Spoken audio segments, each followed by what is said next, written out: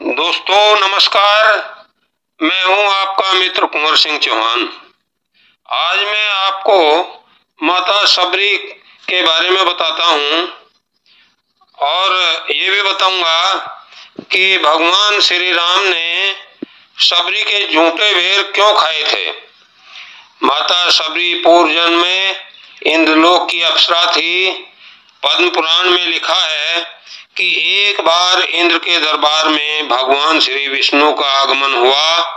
इंद्र ने बहुत आदर सत्कार किया और अपने आसन पर बैठाया। नृत्य कर रही एक अप्सरा भगवान श्री हरि को देखकर नृत्य छोड़कर उन्हीं को देखती रही। इस पर इंद्रदेव रुष्ट हो गए और उन्हें श्राप दे दिया कि तुम मृत्यु लोक चली जाओ।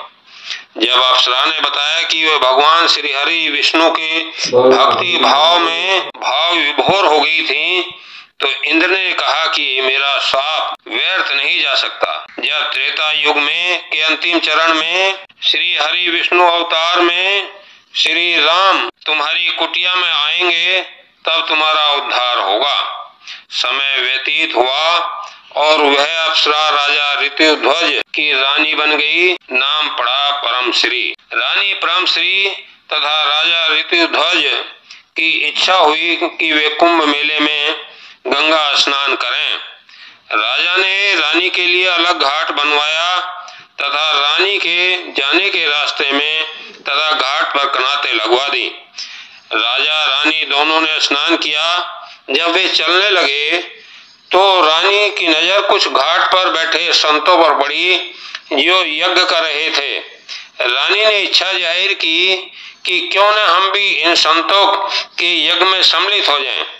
राजा ने कहा, रानी हम राजा हैं और हम आम जनता के साथ नहीं बैठ सकते, हमारी कुछ मर्यादाएं हैं।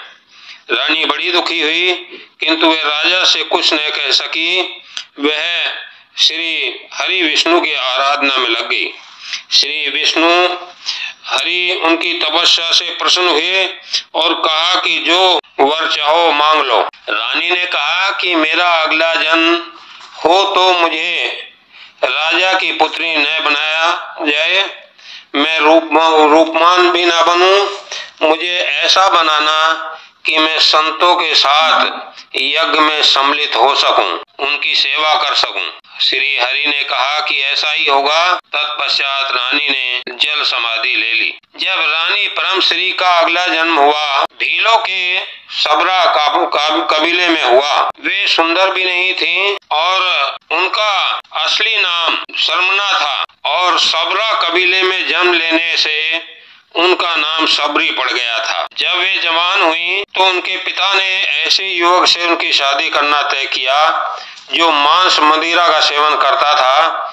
उनके पिता ने शादी से पहले भील परंपरा के अनुसार अनेकों पशु तथा पक्षियों को इकट्ठा किया। सबरी ने अपने पिता से पूछा कि इतने पशु पक्षी क्यों लाए गए हैं। उन्होंने बताया, उन पशु पक्षियों को मारकर उनसे शादी का भोजन तैयार किया जाएगा।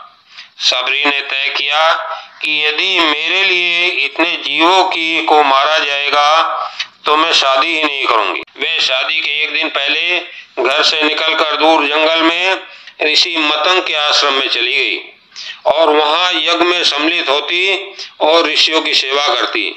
लेकिन जब सबरी का भेद खुला कि वे भील जाति से है, तो सभी ऋषि सबरी से घृणा करने लगे। लेकिन मतंग ऋषि ने उन्हें लताड़ा तो सभी ऋषि आश्रम छोड़कर चले गए। सबरी आश्रम में भक्ति में लीन रहती तथा आश्रम के कार्यों में हाथ बटाती थी। समय व्यतीत हुआ। ऋषि मतंग का परलोक जाने का समय हुआ। परलोक जाने से पहले उन्होंने सबरी से कहा कि श्री विष्णु हरि के अवतार श्री राम का इसी कुटिया में आने का समय हो गया है। मैं तुम्हें श्री राम को सौंपता हूँ। उनकी भार्या खो जाएगी, वे उन्हें ढूंढते ढूंढते तुम्हारे पास आएंगे। तुम उन्हें सुग्रीव तक जाने का मार्ग बता देना। इतना कहकर मतंग ऋषि अपने धाम को चले गए। सबरी भगवान श्री राम का इंतजार प्रतिदिन किया करती। उनके लिए मीठे मीठे फल चक्कर रखती थी। रास्ते में फूल बिछा इच्छा थी और एक दिन कुटिया में श्री राम आए। रामचरितमानस में इसका वर्णन इस प्रकार है। सबरी देख राम गृह आए, मुनि के वचन समझिए भाई। अर्थात जब भगवान श्री राम कुटिया में आए तब सबरी ने मुनि के वचनों को याद किया। सबरी ने अपनी व्यथा भगवान श्री राम को सुनाई और कहा कि वे एक भील कन्या हैं। तो भगवान श्री राम ने कहा कि मुझे जाति ऊंच नीच से कोई मतलब नहीं है। कहे भगवान सुनी भमिन बाता, मानव एक भगत का नाता। भगवान राम ने कहा कि सभी मनुष्य एक हैं, मेरा तो भक्त और भगवान का नाता है। भगवान श्री राम ने सबरी के झूठे बेर खाए। सबरी ने उन्हें सुग्रीव के पास जाने का रास्ता बताया। सबरी ने कहा कि मैं आपके दर्शन पाने के लिए ही जीवित थी, अब मैं जीवित नहीं रहना चाहती। अब मुझे आप अपने परम धाम को भेज दें। भगवान श्री राम ने सबरी का उद्धार किया और उसे अपने परम धाम पहुंचा दिया। अंत में मैं ये कहना चाहता हूँ कि भगवान श्री राम के समय विश्व में 3 संस्कृतियां थीं, आर्य, वानर तथा रक्ष। रक्ष संस्कृति के अनुयायियों को राक्षस कहा गया। ये अत्याचारी थे और आर्य तथा वानर संस्कृति को समाप्त करना चाहते थे। आर्य संस्कृति के प्रणेता भगवान श्री राम ने वानर संस्कृति के महाबली हनुमान, सुग्रीव, अंगद, जामवंत आदि अनेक योद्धाओं को गले लगाया। इस प्रकार वानर संस्कृति का आर्य संस्कृति में विलय किया गया तथा रक्ष संस्कृति के प्रणेता लंकाधिपति रावण को मारकर पूरे संसार में आर्य संस्कृति की स्थापना की। भगवान श्री राम ने सबरी के झूठे बेर खाकर बानरों तथा अन्य सभी आदिवासी जातियों तथा पिछड़ों को गले लगाकर जातिगत भेदभाव समाप्त किया। देश में एक मजबूत संगठन बनाया तथा उसी संगठन के बल पर उन्होंने शक्तिशाली राक्षसों का अंत किया। आज भी विश्व में देवता तथा दानव का युद्ध निरंतर चल रहा है। दानव की शक्ति निरंतर बढ़ती जा रही है।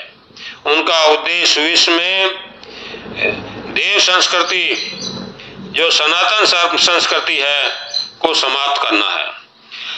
अतः सनातन संस्कृति के देश भारत में आवश्यकता है कि हम जाति में न बंटकर एक हों, ताकि दुनिया की महान सनातन संस्कृति की रक्षा की जा सके।